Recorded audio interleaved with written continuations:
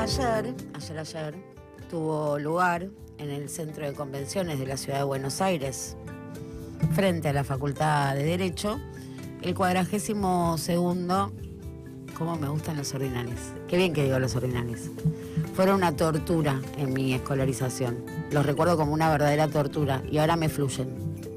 ¿No lo sabés? Bueno, te los puedo enseñar, hay un truquito, todo tiene su truco. 42º Congreso del Instituto Argentino Ejecutivo de las Finanzas, el sector financiero, que se dio cita justamente para discutir, ¿no?, en el marco de la discusión y dejar ahí marcada la cancha al gobierno, por supuesto, en sus demandas, en sus lamentos, en sus reclamos. Estuvo presente la plana mayor del gobierno nacional porque expuso, por ejemplo, Vladimir Berning, el vicepresidente del Banco Central, que se llama Vladimir por Lenin, en su casa le dicen Volodia. Es interesantísimo ese dato, por eso siempre lo remarco en cada oportunidad que puedo. Es notoria la ausencia de este tipo de foros de Santiago Bausili, el presidente del Banco Central.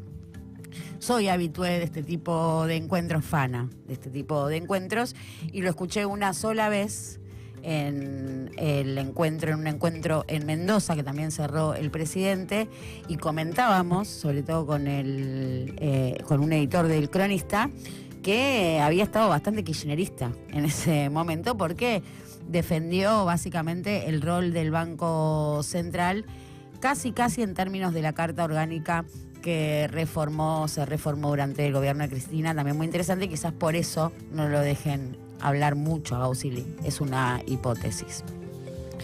El presidente de la Nación cerró este encuentro repitiendo, ¿no?, esta definición que enciende tantas alarmas para cómo puede alterar la dinámica económica argentina, el planteo del presidente, cómo deja parado en la cancha a los evasores. Vamos a escucharlo.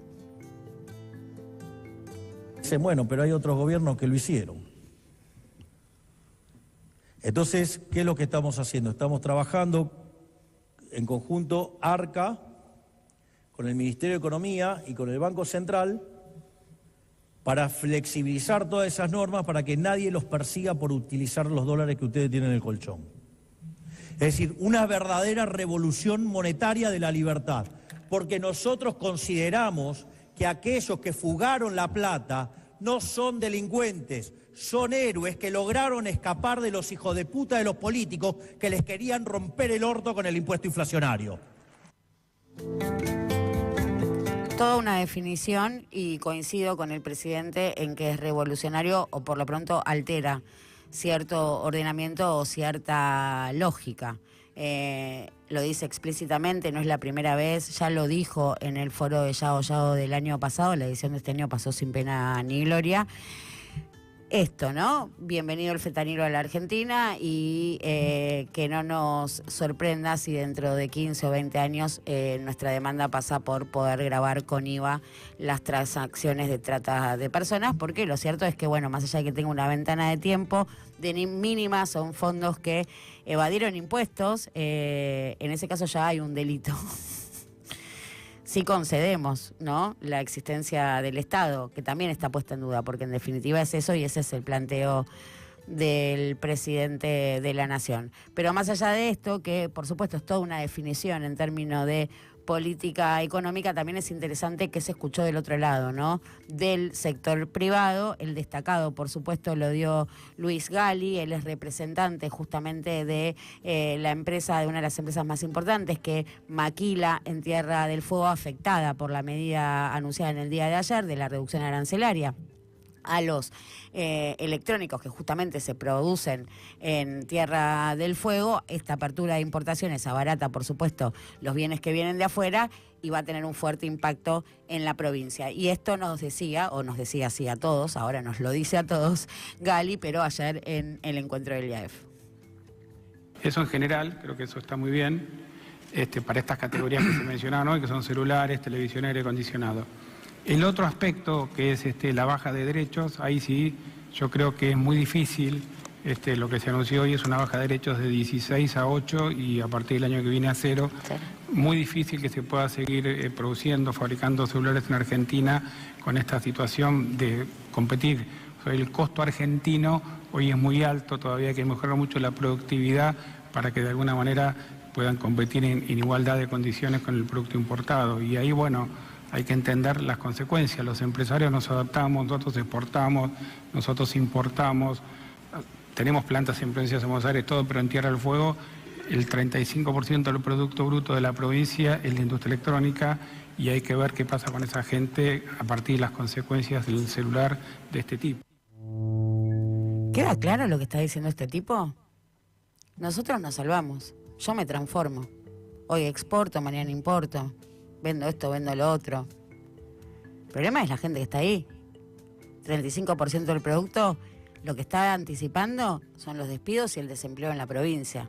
Una provincia que justamente uno discute la permanencia de ese fenomenal régimen de incentivos y ve como ganadores beneficiarios finales a Niki Caputo y a Rubén Chernahovsky, y dan ganas de poner el régimen de incentivo de promoción industrial de Tierra del Fuego al paredón. Ahora, si vos le sacás a Tierra del Fuego el régimen de incentivo, mandás a los fueguinos a vivir de la caza y de la pesca. Y muy interesante también qué pasa con el gas en Tierra del Fuego, provincia gasífera por excelencia, donde, por ejemplo, los hogares se calefaccionan a leña. En la provincia gasífera por excelencia. De hecho, la semana pasada, y esto es una curiosidad, la legislatura, si no me equivoco es de Ushuaia, incluso. No es de Ushuaia, ahora voy a decir bien la localidad. La legislatura, el Consejo Deliberante, para ser precisa, declaró la leña como un derecho humano.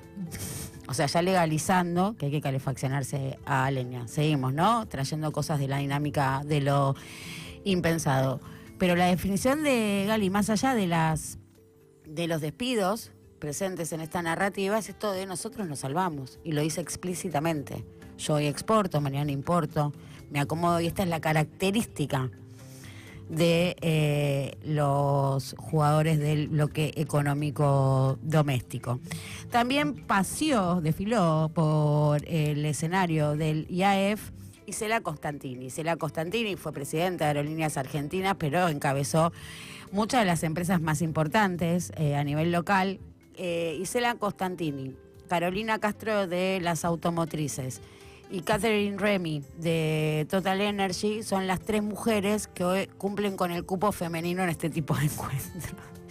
Alguna de las 3 te va a hablar para mostrar que hay minas. Cada vez es más necesario incluir en los paneles mujeres, lo que no sucedió ayer en ningún momento en la jornada de El Agro, que después vamos a entrar en detalle. Bueno, Isela Costantini, referente otra vez más de las empresas más importantes de la Argentina, cruzó a Caputo directamente. Salió al cruce de Caputo. Vamos a recordar, y creo que lo compartimos en este programa, si no me equivoco, sí lo hemos compartido, que fue muy claro el ministro cuando dijo que se terminó el modelo de la Argentina barata en dólares, que vamos al modelo contrario, lo cual es una Argentina cara en dólares. Esta es la propuesta, una vez más, textual, literal, explícita, lo dijo así, no le estoy agregando ni una coma al textual, del ministro Caputo, a lo que Isela Costantini plantea lo siguiente. Hoy es muy caro producir en la Argentina, hace unos años era barato y producir en Argentina, era más caro producir en Brasil. Entonces yo creo que ese es el gran desafío que tenemos, es esa previsibilidad de en cuánto tiempo a largo plazo uno puede seguir invirtiendo para ver qué capacidad productiva puede desarrollar, qué capacidad productiva para exportar, para qué países va a exportar. Me dejaste picando lo de que hoy es muy caro producir en la Argentina, ¿es así? Y sí, hoy es caro producir en la Argentina. Hoy el nivel del dólar es, y podemos hablar de lo que es la minería, te dejo a vos para que hables minería comparando costos en Nevada versus Argentina, pero hoy cuando uno mira el costo de la producción estamos caros. Desesperadas las inversiones, efecto puerta 12, me decían a mí, del equipo económico. No, nosotros tenemos un efecto puerta 12 que cuando abramos el cepo, así, tipo te inundan, un tsunami, un bombeo permanente. claramente no. Efectivamente todo lo contrario. Está diciendo una jugadora muy importante del sector privado local. Está carísimo. Argentina está carísimo, los costos de producción son carísimos. Y la deja picando porque al lado estaba el señor Barrick Gold. Abro paréntesis para decir que por un vacío legal la Barrick no está pagando retenciones. Por un vacío legal que así, porque parece que se descuidó Toto y no firma una resolución que actualiza justamente los derechos de exportación en ese, bueno, gracias a una resolución, ahí hubo por supuesto mucho lobeo, regulaciones burocráticas, etcétera, que no subsana este gobierno, que por supuesto traen de gobiernos anteriores, digo, en la Secretaría de Minería. Los funcionarios de la Secretaría de Minería son todas terminales políticas de las empresas, con lo cual, digo... pero lo cierto es que la Barrick no está pagando retenciones. Estaba ahí Juan José Barrick Gold con toda esta expectativa, ¿no? Que está generando el cobre. Tenemos un anuncio, un mega anuncio de que somos los reservas comprobadas o reservas existentes, que San Juan desborda, José María, el proyecto José María, Filocruz, están ahí. ¿Filocruz o Filosol? Bueno, ahora vamos a chequear Filocruz o Filosol y vamos a aclarar que el distrito fueguino donde se decretó la leña como derecho humano básico es Toulín, en Toulín, que es una localidad, por supuesto, de la provincia. Bueno, completado, cerramos este paréntesis para volver al IAEF, donde el representante de la Barrick Gold sobre la expectativa que genera el cobre y las inversiones cupíferas en la Argentina decía esto. Lo que dije recién, con el RIGI no alcanza. Todavía hoy el cobre se desarrolla a 5.000 metros de altura. La inversión en Argentina es mucho más compleja que hacerla en Chile. Entonces, el inversor entre ir a Chile, que ya tiene la infraestructura, o venir a Argentina, que tiene que construir la ruta, que tiene que construir su propia línea eléctrica, va a tomar la decisión de irse a un país donde todo eso ya está. Perdón, ¿cómo? ¿Cómo que llegué tarde? ¿No están más? ¿Ya no hay más? ¿No hay nadie? ¿Están todos del otro lado de la cordillera? ¿Nadie se quedó acá a ver qué onda?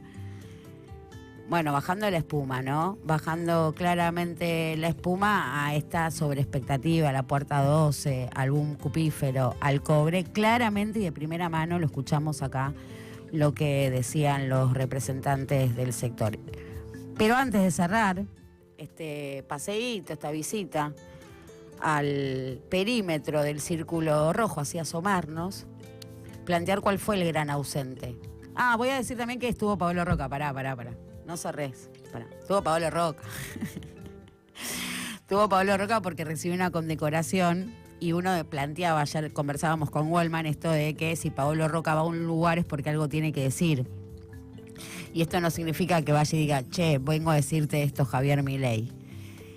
Lo desliza, lo esconde muy inteligentemente, digo, no por nada es Pablo Roca, y ayer recibió la condecoración, contó cómo desembarcó su familia en la Argentina, su relación con el país, cómo creció ese holding, ¿no? Casi como una historia de garage, tipo los inmigrantes, ¿no? Con todos estos condimentos, pero si uno va al corazón del planteo, o al punto nodal, o a la clave del planteo, fue industrialista.